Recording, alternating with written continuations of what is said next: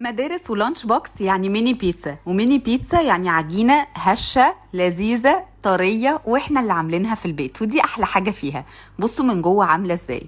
هقول لكم دلوقتي على مقادير مظبوطة جدا للعجينة دي، تقدري تحشيها، تخليها مناقيش، تقفليها براحتك. دول 3 كوبايات من الدقيق، عليهم معلقة خميرة، معلقة سكر، 3 معالق من اللبن الباودر، بيضة، وكمان علبة زبادي ومعلقة زبدة. هي دي مكونات العجينة بتاعتنا علشان تطلع هشة وطرية.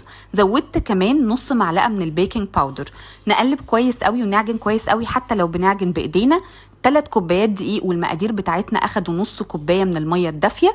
ممكن يبقى لبن، بس خلينا طالما حاطين لبن باودر يبقى المية كافية. نسيبها تخمر حوالي ساعة الا ربع، وبعد كده بتوصل للارتفاع ده كده زي ما احنا شايفين. نفردها وبلاش نرفعها قوي، احنا عاملينها للاطفال وعايزينها تفضل طرية وهشة، فبنخليها سميكة شوية. وبعد ما بنفردها من اليمين للشمال زي ما احنا شايفين كده، بنبتدي نجهز بقى اي حاجة نقطع بيها.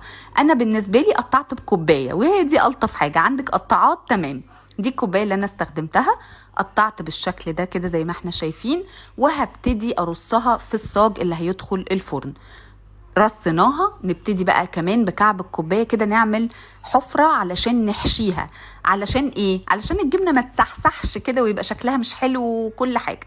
حطينا الصوص، ممكن يبقى صوص بيتزا، ممكن تبقى كاتشب، ممكن يبقى صلصه وتوم، زي ما تحبوا.